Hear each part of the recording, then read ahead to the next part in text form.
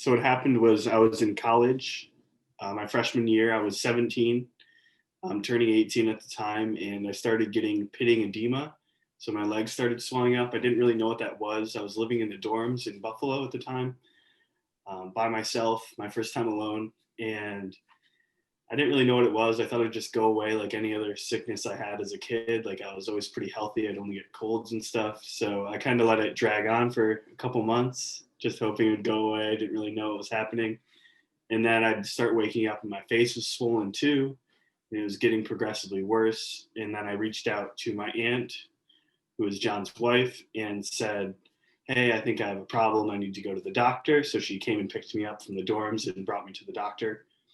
Um, and they took some blood tests. Then they called me back later that day and told me I had pneumonia and stage 4 kidney failure or stage 5 kidney failure, and then I need to go to the hospital immediately.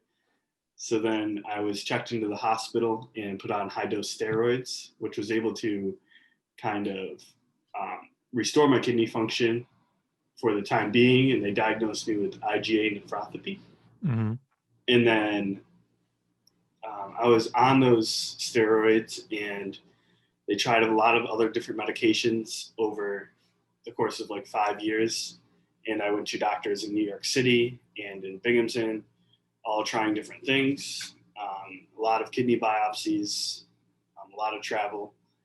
And eventually, as one doctor put it, my kidney function fell off a cliff, and I had to start dialysis. I had peritoneal dialysis, where they put the tube into your peritoneum, which I had to do every night. That wasn't a good time, really. It could have been a lot worse. Obviously, I was still able to like go to chemistry conferences in Atlantic City, but I had to like lug my machine with me. Oh, wow. But it was kind of interesting to experience, I guess. And then during that time I was on dialysis, they were testing a lot of my family members. I wasn't really trying to stay up on the process of that testing because I was very nervous at the time. So Mm-hmm. I can let my uncle kind of fill you in on that part. So I was just staying away, like just trying to prepare for the day. So yeah, so back when he was a freshman in college, he found out that he was having kidney problems, and we were hoping like it would be resolved through medication. Or we went down to New York City with him and tried all that other stuff, and it got to the point where I think he was at like 8% kidney function, and at that point they were like, okay, well, he's going to have to get on dialysis, and why don't we start looking into live kidney donors. Mm-hmm. And I know that my wife, Chris's mom, myself, maybe even a couple other people were like, well, yeah, we'll definitely get tested. With my wife and Chris's mom, they both had conditions that kept them from being able to donate at that time. So I went through the process, which was, probably like 2.5 days worth of testing. It was blood work, which was no big deal. I remember seeing like 30 vials of blood, and I was like, wow, that's a lot. But it's one needle, so they can take as much as they want, and some other testing and stuff. I mean, they definitely found out that I was healthy and healthy enough to be able to donate a kidney to them. So once we went through that whole process, it was pretty much like, yeah, I see the videos online where people have like a very big unveiling that they're, like, oh, I'm going to be your kidney donor, and whatever. But it was pretty nonchalant, like I think I even like called him and was like, oh, did you hear I was a donor? I'm able to be your donor. And he's like, yeah. I'm like, okay, cool. So I guess we'll figure this out. But from that point, I mean, that was probably, his donation was December 19th, 2016. And we probably found out 2 months in advance that I was able to be his donor. So we had time to plan for that. They obviously schedule you in. I was getting myself ready, trying to get in as good a shape as possible for him. So for my recovery and to give him the best possible kidney I could. So we had a little bit of time to be able to plan that out. And that's one of the benefits to being a live donor is, you have time to be able to get this scheduled and put in. So, when that time came, we were both mentally ready. I remember the night before, I was like on just a liquid diet trying to get myself ready for it and whatever. And Kris was going out with his friends out to eat, for having steak and whatnot. And I was like, okay, you do your thing, I'll do my thing, and we'll meet up tomorrow at ECMC. So that's when that whole process began. What was the recovery like for both of you? I'll speak on my behalf really quick. I've had gallbladder surgery, and I've had a umbilical hernia surgery before, and it's similar, honestly. Like, for a couple days I was in discomfort.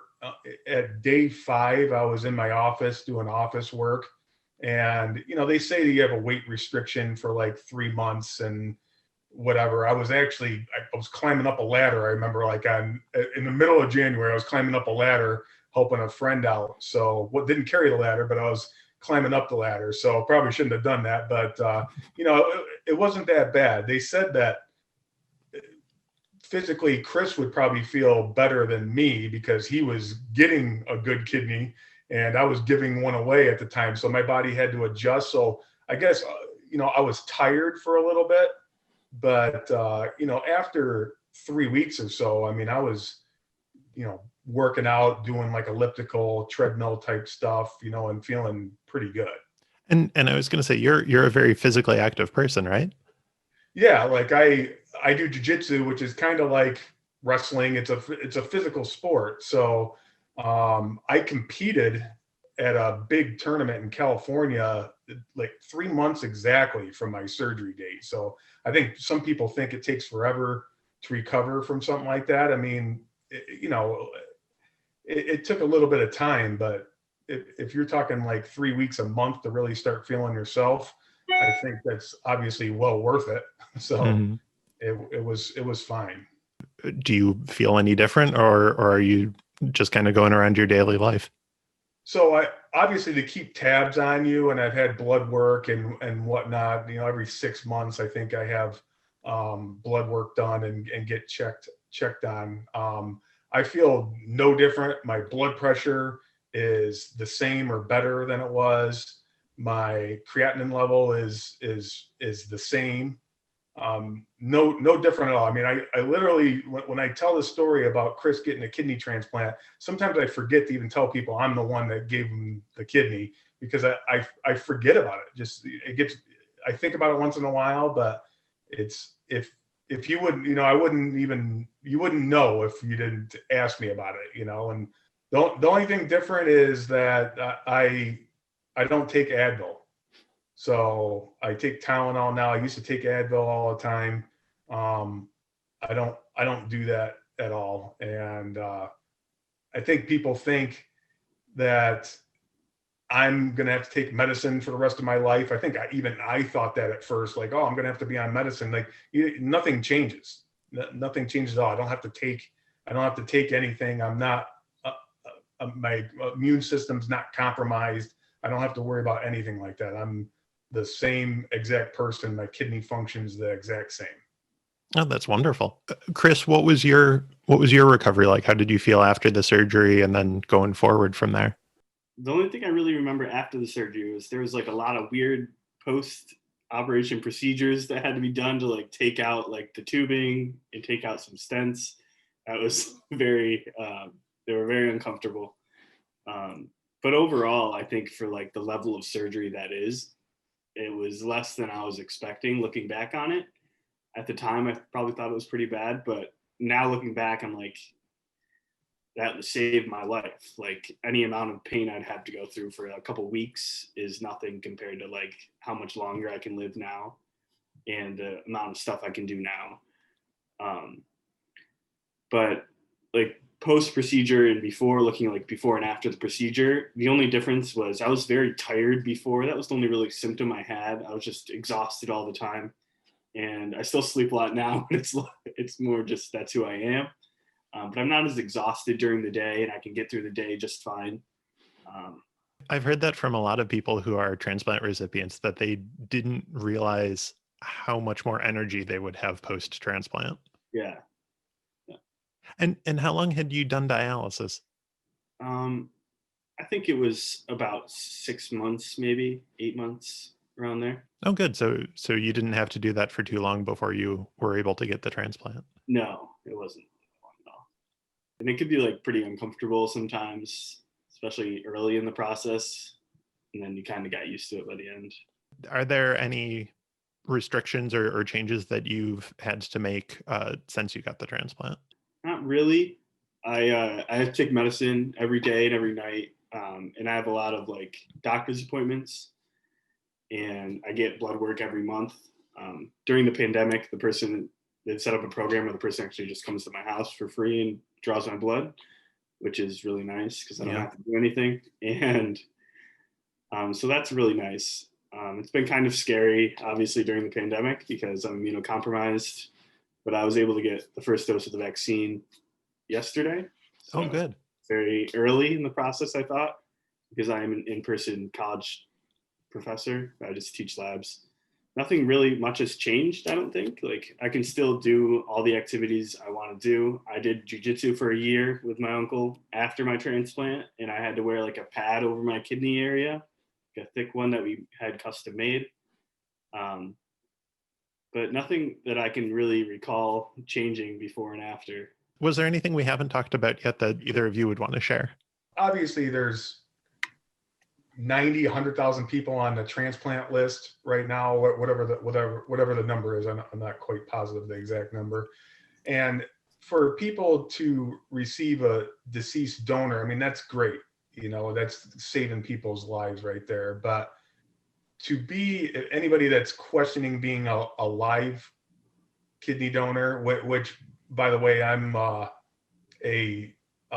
live donor mentor for ECMC. So if anybody has questions, they can reach out to ECMC and get in touch with me about it, but about my, thoughts on it and what I went through.